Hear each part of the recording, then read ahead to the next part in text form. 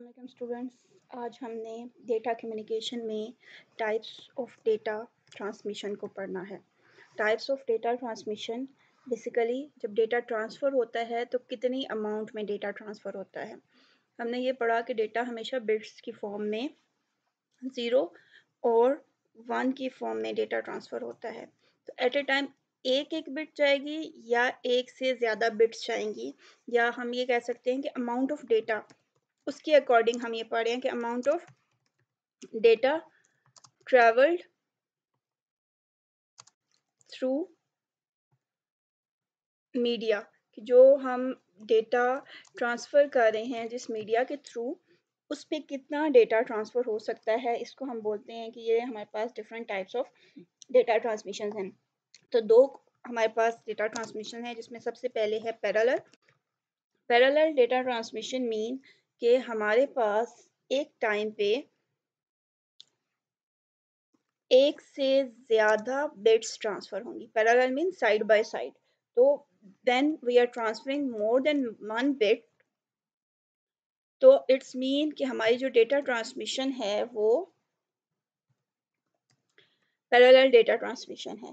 So method of transmission in which group of bits travel together, group of bits travel or are sent at same time. Group of bits mean एक bit नहीं, एक से ज़्यादा bits travel at same, yes, or can be sent at same time. जब एक ही वक्त में आपके पास एक से ज़्यादा वायर्स यूज़ हो रही होती हैं किसी मीडियम के अंदर, तो वो एक हर वायर पे एक एक बिट एक साथ ट्रांसफ़र करता है, तो उसे हम बोलते हैं कि ये मल्टीपल यूजिंग मल्टीपल वायर्स हमारे पास पैरेलल ट्रांसमिशन होती है। एक वक्त में एक से ज़्यादा बिट्स को वो ट्रांसफ़र करता है। तो इनसाइड द कंप्यूटर मोस्टली जो इंटरनल कंप्यूटर कम्युनिकेशन है, इंटरनल कंप्यूटर कम्युनिकेशन मीन जो बसेस से कंप्यूटर के अंदर की जो वायरिंग है, जो सीपीयू के अंदर हार्ड डिस्क लगी है, सीपीयू लगा है, इनपुट आउटपुट यूनिट लगा है, जब वो एक दूसरे के साथ कम्युनिकेट करते हैं तो उसके लिए पैरेलल ट्रांसमिशन यूज़ होती है। इंटरनल कंप्यूटर कम्युनिकेशन जो है इज़ एन एग्जांपल, कि जिसमें हमारे पास एक वक्त में एक से ज़्यादा बिट्स ट्रांसफ़र हो रही होती हैं on are data.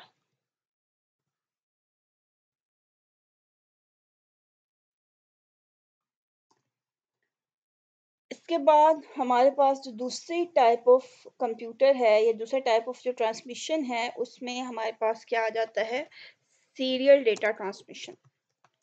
Serial data transmission mean कि हमारे पास एक वक्त में एक बिट ट्रेवल करेगी। Method of transmission in which a single bit travels at a time. जब आप एक वक्त में सिर्फ एक बिट को सेंड करेंगे कंप्यूटर की तरफ या कंप्यूटर से किसी डिवाइस की तरफ, तो वो हमारे पास सीरियल डेटा ट्रांसमिशन कहलाएगी। और इसमें करेक्टेड बिट्स आर, और ये जो बिट्स सेंड की जाती हैं, सेंड इन सीक्वेंस, सीक्वेंशली। ऐसा होता है कि अगर मैंने फॉर एग्जांपल हमने अभी इनकोडिंग स्कीम्स में पढ़ा था कि हमारे पास जब बिट्स में हम डेटा को कन्वर्ट करते हैं तो वो 4 बिट्स, 5 बिट्स, 8 बिट्स या 7 बिट्स ले रहा होता है। तो वो जो 7 या 8 बिट्स होती हैं वो एक सीक्वेंस में सेंड की जाती हैं, और उसको पता होता है कि अगर इनकोडिंग स्कीम बीसीडी है तो 4 के बाद एक करैक्टर पूरा हो जाएगा, तो वो 4 बिट्स को जब रिसीव करता है वन बाय वन, पहले 1 2 3 4, फिर उसे पता चलता है कि ये एक करैक्टर जो है हमारे पास कंप्लीट हो गया है। So the transmission in which one bit is transferred at a time is called serial transmission। और बिल्कुल इसके ऑपोजिट पैरेलल है जिसमें more than one bits और group of bits transfer is called parallel transmission। So serial transmission की example ये है mouse. जब आप माउस से डेटा को सेंड करते हैं कंप्यूटर की तरफ, तो वो एक सिग्नल जो जाता है वो सीरियल ट्रांसमिशन का होता है, वो बिट बाय बिट जाता है, एक साथ सारी बिट्स नहीं जाती। तो अगर यहाँ पे मैं आपको, जैसे आपके पेज पे पिक्चर ड्रा हुई है, तो अगर हमारे पास एक डिवाइस है जिसमें हम डेटा ट्रांसफ़र कर रहे हैं, प्रिंटर की तरफ आप डेटा सेंड करते हैं, या आप कंप्यूटर में डेटा किसी दूसरी वे में, कि अगर कोई मुझे इलस्ट्रेबल, इसको अगर हम with the help of example देखें तो आप देखिए पैरेलल इंटरफेस में या ट्रांसमिशन में हमारे पास क्या हो रहा है। एक ही वक्त में एक से ज़्यादा वायर्स यूज़ होंगी। जो ट्रांसमिटिंग ये सेंडर है वो 0 1 2 3 4 5 6 7 सेंड करेगा।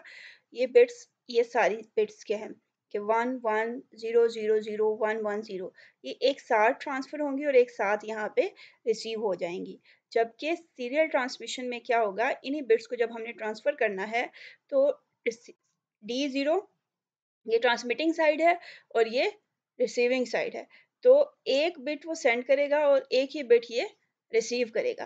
पहले एक बिट आएगी, फिर दूसरी, फिर तीसरी, चौथी, पांचवी, ये वन बाय वन सारी बिट्स को ट्रांसफ़र करता है। एक वक्त में सारी बिट्स ट्रांसफ़र नहीं होती। ओके, इसके बाद जो हमारे पास दूसरी हमारा नेक्स्ट जो क्वेश्चन है वो है सिंक्रोनस एंड एसिंक्रोनस ट्रांसमिशन। ये बेसिकली सीरियल ट्रांसमिशन जिसमें एक एक bit one by one transfer हो रही होती है। इसमें हमारे पास आगे दो इसकी और टाइप्स आ जाती हैं कि सीरियल ट्रांसमिशन में आगे दो डिवीजन्स हैं। एक है हमारे पास सिंक्रोनस ट्रांसमिशन और दूसरी है हमारे पास एसिंक्रोनस ट्रांसमिशन। सिंक्रोनस और एसिंक्रोनस ट्रांसमिशन का डिफरेंस हम पढ़ेंगे। ओके, एंड सेकंड,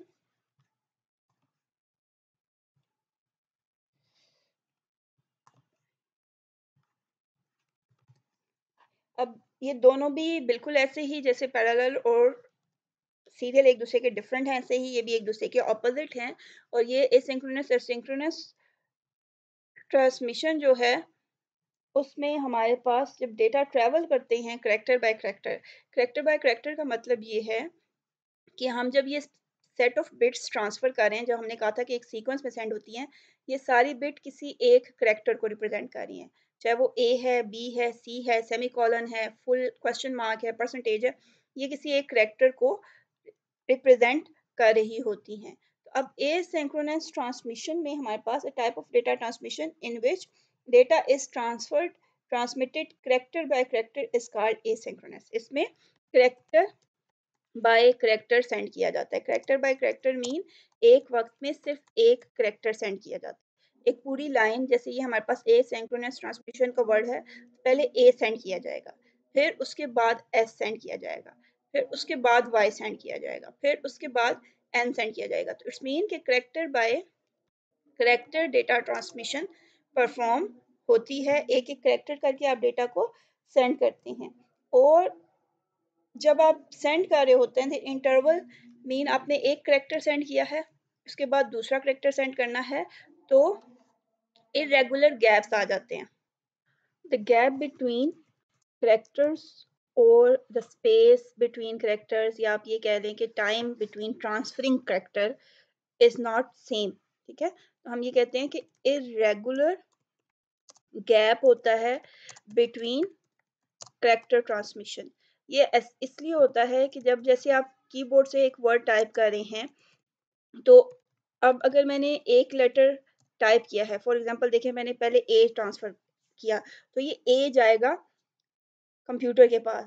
उसके बाद अब मेरी मर्ज़ी है मैं 1 मिनट का गैप लूँ, 1 सेकंड का लूँ, 2 सेकंड का लूँ, 3 सेकंड का लूँ, फिर कुछ और टाइप करूँ। तो ये जो गैप है कि ये 1-1 सेकंड का या 2-2 सेकंड का होना है, हो सकता है मैंने पहले 2 वर्ड ए और एस 1 सेकंड के गैप के साथ लिख दिए हैं। फिर उसके बाद मैंने कुछ टाइम लिया है, उसके बाद वाई लिखा है, और फिर कुछ टाइम लेके एन लिखा है, फिर ज़्यादा टाइम के बाद जो है सी लिखा है। तो ये जो गैप बिटवीन करैक्टर्स है बेसिकली, कि हम कितनी देर के बाद डेटा एक करैक्टर के बाद कितनी स्पेस ले रहे हैं और फिर दूसरे करैक्टर को ट्रांसफ़र कर रहे हैं, ये इरेगुलर होता है, सेम नहीं होता। और इसी की वजह से जो एसिंक्रोनस ट्रांसमिशन है इज़ नॉट एफिशिएंट, कि आप बाउंड नहीं कर रहे कि कितनी देर के बाद आपने डेटा ट्रांसफ़र करना है, तो आपके डेटा ट्रांसफ़र जो है वो स्लो हो सकती है और इनएफिशिएंट हो सकती है। एसिंक्रोनस ट्रांसमिशन में जो दो इंपॉर्टेंट चीज़ें यूज़ होती हैं वो क्या है, start and stop bit. Start and stop bit mean कि जब आपने करेक्टर, अब उसे पता कैसे चलता है कि करेक्टर के जो बिट्स हैं वो ख़त्म हो गई हैं या नहीं, नया करेक्टर रिसीव होने वाला है। तो हर दफ़ा जब उसने नया करेक्टर सेंड करना होता है तो वो क्या करता है, एक स्टार्ट बिट सेंड कर देता है।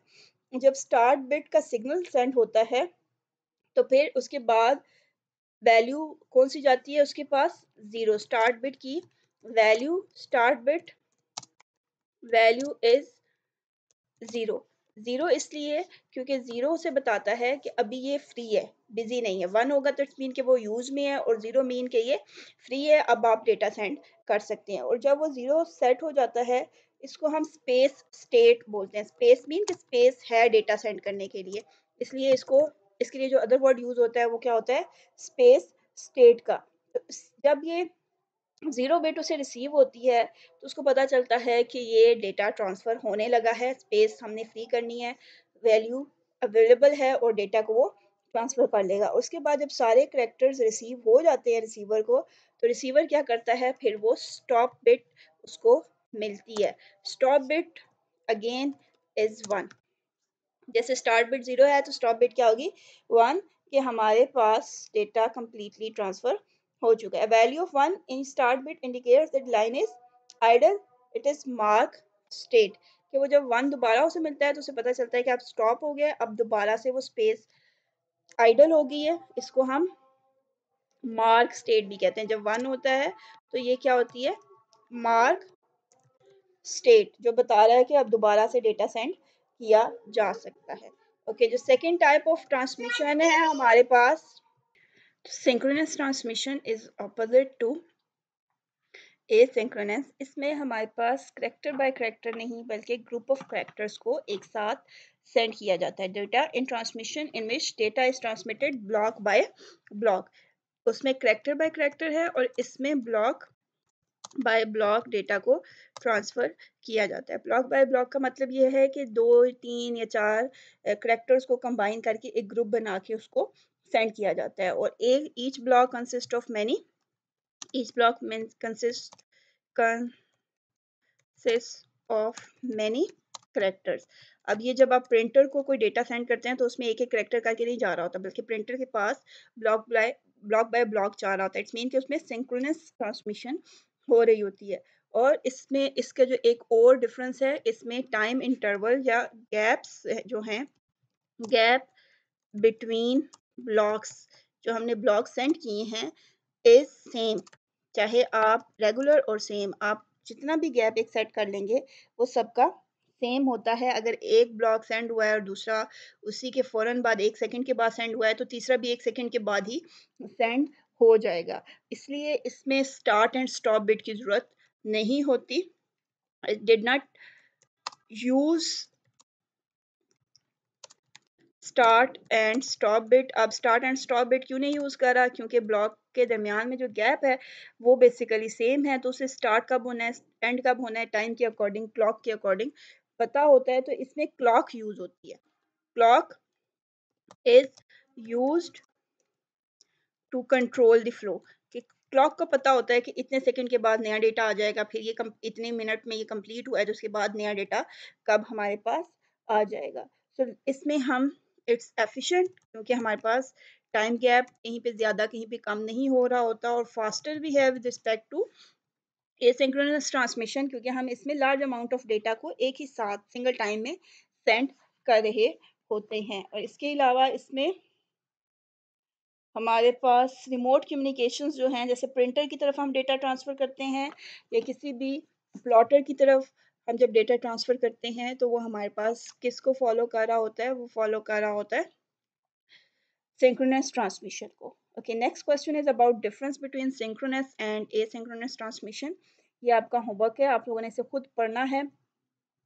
इसके बाद आगे हमारे पास आ जाता है डिफरेंट टर्म्स हैं basically, bandwidth, base band and broadband. जब हम वायर्स की बात कर रहे हैं कि वायर्स पे हमने डेटा को ट्रांसफ़र करना है तो सबसे पहले आ जाती है उसकी properties.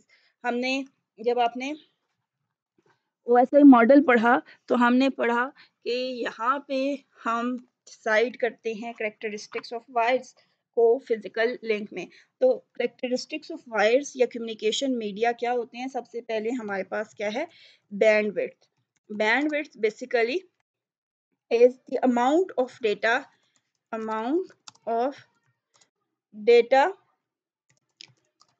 that can be transferred that can be transferred through communication media कि आप एक वक्त में जितना डेटा ट्रांसफर कर सकते हैं that can be transferred through communication media is called bandwidth of that communication media। तो एक wire with in specific time in a unit of time हम लिखते हैं कि 1 सेकंड कह लें, 2 सेकंड कह लें, 5 मिनट्स कह लें। तो in a specific unit of time जितना डेटा ट्रेवल करवा सकते हैं हम, वो उसकी बैंडविड्थ होती है। अब ये डिफरेंट वायर्स की डिफरेंट कैपेबिलिटीज होती है, उनकी डिफरेंट बैंडविड्थ होती है। और बैंडविड्थ बेसिकली डिजिटल सिग्नल्स के लिए मेजर होती है। डिजिटल सिग्नल जब हम ट्रांसफ़र करते हैं तो उनको मेजर करती है कि उसने कितने सिग्नल्स या कितना डेटा जो है वो रिप्रेजेंट किया है। और डिजिटल एंड एनालॉग दोनों के लिए हम कर सकते हैं, लेकिन डिजिटल्स में कैसे इसका होता है, हम मेजर करते हैं बिट्स पर सेकेंड। बिट्स पर सेकेंड कि उसने पर सेकेंड में कितनी बिट्स और बाइट्स ट्रांसफ़र किए हैं, और बाइट्स पर सेकेंड कितनी बिट्स या कितनी बाइट्स 1 सेकेंड के अंदर वो ट्रैवल हो रही हैं हमारी वायर के ऊपर, वो उसकी बैंडविड्थ कहलाएगी। और जब हमारे पास एनालॉग सिग्नल होगा तो हमारे पास आ जाता है हर्ट्ज में। हर्ट्ज में मेजर होती है या साइकिल्स पर सेकेंड मेजर होती है। उसने 1 सेकेंड के अंदर कितनी साइकिल्स कंप्लीट की हैं, कितनी वेव्स बनाई हैं डेटा को ट्रांसफ़र करने के लिए, ये हमारे पास उसकी बैंडविड्थ कहलाती है। कि कम्युनिकेशन जो इन ए यूनिट ऑफ टाइम करता है उसको हम डिजिटल सिग्नल बोलते हैं। कि डिजिटल सिग्नल्स को ये ट्रांसफ़र करता है तो हम कहते हैं कि इसने बिट्स पर सेकंड या बाइट्स पर सेकंड कितनी ट्रांसफ़र की हैं। तो अमाउंट ऑफ डेटा बेसिकली जो हम ट्रांसफ़र कर रहे हैं एक जगह से दूसरी जगह, उसको हमने क्या बोला है कि ये उस वायर की बैंडविड्थ है एक स्पेसिफिक टाइम के अंदर। तो जब हम डिजिटल सिग्नल के लिए मेजर कर रहे होंगे तो हम ये कहेंगे कि बिट्स पर सेकेंड या बाइट्स पर second, with in A second वो कितनी बिट्स या बाइट्स को ट्रांसफ़र कर रहा है, वो उसकी बैंडविड्थ कहलाएगी। इसी तरह अगर एनालॉग है तो हम कहेंगे कि साइकिल्स पर सेकेंड कितनी साइकिल्स वो कंप्लीट कर रहा है, विद इन ए सेकेंड कितने वेव्स बन रही हैं जो कि डेटा सेंड कर रही हैं। Next one is base band. Base band basically क्या है? Is a technique use to transfer digital signal using line without modulation.